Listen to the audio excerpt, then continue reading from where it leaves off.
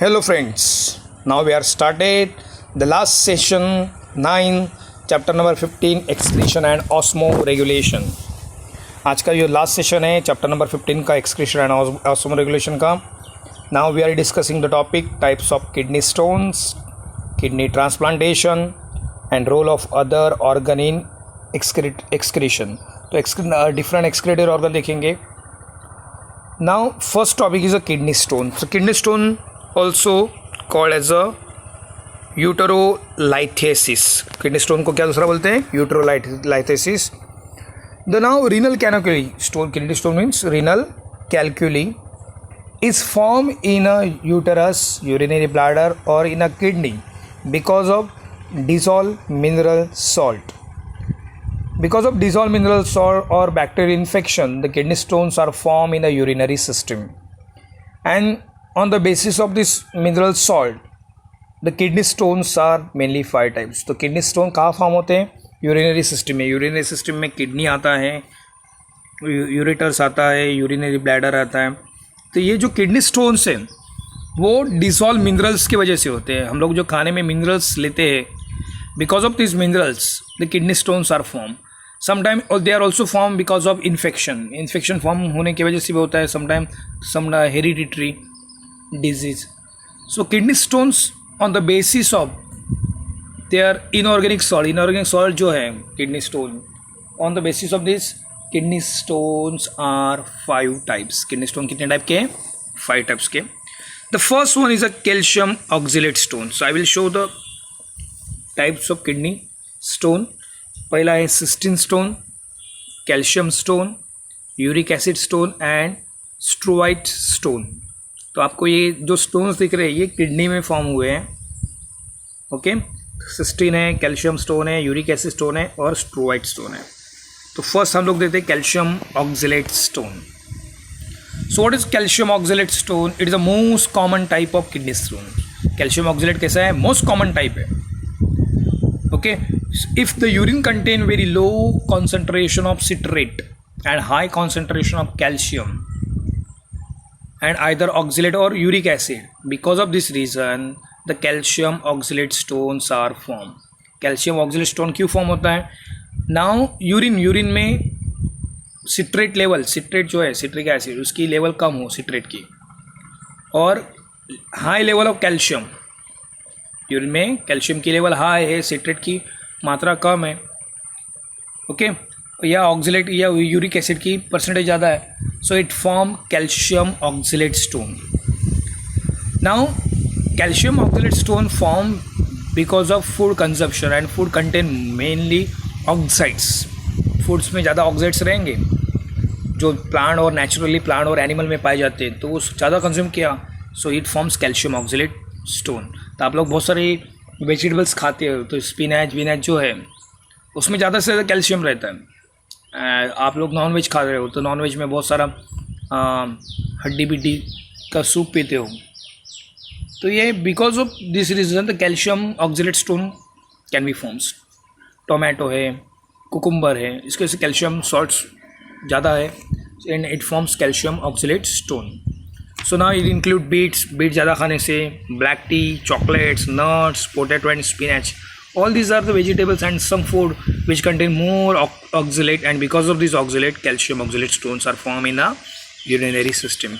तो आप लोग कैल्शियम स्टोन देख सकते हैं, ये छोटे छोटे जो कंकर दिख रहे हैं आपको, all these are the calcium oxalate stones। Now the second one is a calcium phosphate stone। Second देखें हम लोग calcium phosphate stone। Now it formed because of abnormality in the urinary system function। जब urinary system function में abnormality हो, then it forms calcium phosphate stone। okay, now to diagnosis this calcium phosphate stone, doctor क्या करता है अपने को? Doctor allow or doctor suggested to test the urinary test. Urine test के लिए क्या डॉक्टर क्या करता है? सजेशन देता है। Okay, and this calcium phosphate stone simultaneously form after calcium oxalate stone. Calcium oxalate stone form हो गए देन उसके बाद ही कैल्शियम फॉस्फेट स्टोन फॉर्म होते हैं. इसलिए व्हेन द यूरिनरी टेस्ट हम लोग डायग्नोसिस करते हैं, कोई यूरिन टेस्ट डॉक्टर सजेस्ट करता है यूरिन टेस्ट करो इसे, so it help to identify whether the kidney stones are contain calcium phosphate और कैल्शियम ऑक्जेलेट. तो ये सेकंड कैल्शियम फॉस्फेट स्टोन है जो कैल्शियम ऑक्जेलेट स्टोन के बाद ही फॉर्म होता है. Next one is a स्ट्रोइड stone. Now स्ट्रोइड stone आप लोग डायग्राम देख सकते हैं. Now you can observe this स्ट्रोइड stone. Okay, now this struvite stone mostly form in the women's. So now in the lady, because of urinary infection, ladies को urinary infection के chances ज़्यादा होते हैं क्योंकि इंडिया में बहुत सारी टिचौड़ा टॉयलेट्स है, वो बहुत गंदी रहती है. और कैंडिडा करके एक फंगल स्पेशीज आती है, सम बैक्टीरियाज, फंगल है, बैक्टीरियाज है, they causes urinary infection in mostly female. Male में यूरिनरी इन्फेक्शन के चांसेस बहुत कम रहते हैं, but now in female the urinary tract infection is a common thing in India. So now this urinary tract infection lead to causes struvite stone because these bacteria which are infected in the urinary tract, this bacteria accumulate and forms a struvite stone. तो ये जो urine track infection होता है तो ये bacteria क्या करता है, बैक्टीरिया एक्यूमुलेट हो जाता है और बैक्टीरिया मरने के बाद it forms struvite stone. Okay, and it this stone causes loss of kidney function. So ये third is struvite stone. Now next one is a uric acid stone. So uric acid stone mostly common in men. Okay, the person who don't drink enough water, they causes uric acid stone. So हम कभी भी protein content ज़्यादा लेते हैं, बहुत सारे chicken mutton ज़्यादा खाते हैं, so it also causes uric acid stone क्योंकि यूरिक एसिड का परसेंटेज बॉडी में बढ़ जाता है और पानी कंज्यूम कम करने की वजह से भी यूरिक एसिड ज़्यादा से ज़्यादा होता है. Okay, and it lead to causes gout is arthritis disease, संधिवात बोलते हैं उसको, जॉइंट पेन. इसकी वजह से क्या होता है, जो जॉइंट है वहाँ पे स्वेलिंग आ जाता है. Gout means it is a type of arthritis. Okay, so now after chemotherapy, sometime in cancer chemotherapy में भी यूरिक एसिड एक्यूमुलेट होता है and uric acid form in the urine. So this uric stone also form in chemotherapy condition.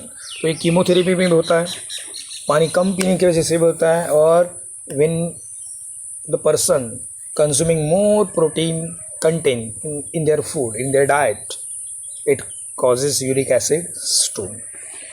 ये हुआ uric acid stone. Now next one is a cystine stone. अब cystine stone, तो आप लोग यहाँ पे यूरिक एसिड स्टोन भी देख सकते हैं and then cystine stone. Now the cystine stone are mainly formed because of hereditary genetic disorder. जिसको जेनेटिक डिसऑर्डर है उसमें cystine stone फॉर्म होता है, जो अनुवांशिक बोलते हैं हम लोग. Okay, it can lead to excessive amount of amino acid cystine collected in the urine. ज़्यादा से ज़्यादा amino acid cystine, amino acid is cystine is amino acid, it accumulate in the urinary tract and it causes cystine stone. Cystine is a type of amino acid and this stone causes, these are hereditary disease. In some people there is hereditary disease, in their urine more cystine amino acids are formed and it causes cystine stone. Okay, now this stone is formed in the kidney, bladder or ureters and it create a problem for the urination. So these are the cystine stone. Cystine stone किसको form होता है, जिसको hereditary disease है. Now in this hereditary disease amino acid more form होता है and this amino acid cystine is accumulate in the kidney, either they are ureters or in the urinary bladder and causes cystine stone. So these are the 5 types of stone. Now the next topic is a kidney transplantation.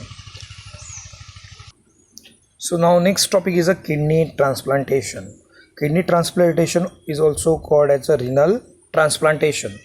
So in kidney transplantation is the organ transplant of the kidney into the patient with the end stage of renal disease. Kidney transplantation is an organ transplant of a kidney into a patient with the end stage of renal disease. At the end stage of renal disease, there is a kidney transplant into the patient. Is called as a kidney transplantation. So kidney transplantation is done because kidney cannot perform the proper function. It does not maintain the osmoregulation. It does not remove any harmful nitrogenous wastage. So patient require the kidney transplantation. Means the donors are required for the kidney transplantation. तो kidney transplantation condition ऐसी है at the end stage of renal disease. कोई भी renal disease हो गई at the end stage, kidney cannot perform their function. So patient, the person require a kidney transplantation. And the kidney transplantation is a typical classified as a deceased donor or living donor. So there are two donors. First one is a living donors and deceased donor. Living donor किसको बोलते हैं? Okay, so now in the living donor, the kidney donated by the family member, and this family member is a healthy. So this member can donate their kidney to their own relatives, family member. This is called as a living donor. So living donor must be family member and having blood relation. So this kidney easily accepted by the patient because the genetic similarity between the family member, and it reduces the risk that your body will reject the kidney. तो kidney जो living donor है वो family member ही रहता है, and now this family member उसकी जो kidney जो donate करता है to the patient, this kidney are easily accepted by the body, and it is reduce the risk of your body to reject the kidney. इसमें बहुत कम risk रहती है कि फैमिली मेम्बर ने कोई अपने जेनेटिकली जो फैमिली मेम्बर है उसने हम लोग को किडनी दी और किडनी एक्सेप्ट नहीं हुई, ऐसा बहुत कम चांसेस रहते हैं. बट फैमिली मेम्बर जो लिविंग डोनर है वो फैमिली मेम्बर से रहता है और kidney easily accepted by the patient body. Okay, so these are called as a living donors. So what is living donor? At the end stage of renal failure, any family member donate their kidney to the patient. It's called as a living donor, and it reduces the risk to your body with reject the kidney. इसमें बहुत कम chances रहते हैं to reject the kidney by the patient. Now next one is a deceased donor. Deceased donor also called as a cadaver donor. इसको cadaver donor भी बोलते हैं. These peoples who have died, ये people मरने के बाद कोई देखो organ transplant करता है, they are called as a deceased donor or cadaver donor. Usually result in the accident rather than the disease. इसमें accident में कोई केस हो तो हम कोई बोलते हैं कि मरने वाले लोगों के फैमिली मेम्बर बोलते हैं कि हमारे बच्चों का जो मरा हुआ पर्सन है उसके organs donate कर दो. So these are called as a cadaver donor. Okay, either the donor or their family had chosen to donate their organ and tissue. इसमें ज़बरदस्ती नहीं किया जाता है. उस बॉडी से डेड बॉडी से जो ऑर्गन ट्रांसप्लांट करना है, किडनी लेना है, उसके लिए उस फैमिली मेम्बर की क्या होनी चाहिए, इच्छा होनी चाहिए.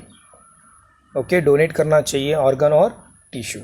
सो these are called the cadaver donor और deceased donor. So living donor family में मेम्बर से ही आता है और कैडावेयर डोनर कोई भी मरा हुआ इंसान है उसके फैमिली मेम्बर जब ऑर्गन डोनेट करते हैं, उससे किडनी ट्रांसप्लांट किया तो उसको हम लोग बोलते हैं deceased donor. So these are the two types of donor, living and deceased donor. Now next one is a role of other organ in excretion. ये छोटा सा टॉपिक है. सो हम लोगों ने किडनी देखा. Kidney is the main function in the osmoregulation and excretion. Second is the lung. So during respiration, the lungs remove carbon dioxide from the body. On the other hand, it taking the oxygen. So it is also act as a excretory organ. Next one is skin. So excretion of sweat and water. Okay, through the sweat, the urea is also removed by the skin, and it act as a excretory organ. So lungs and skin are also act as a excretory organ. तो हम लोग ने आज देखा kidney तो है ही, lungs और skin भी एक्सक्रीटरी ऑर्गन में आते हैं। Okay, so now these are the end of this topic and chapter. Okay, take care, bye. And now in the next session I will start another new chapter. Bye, take care.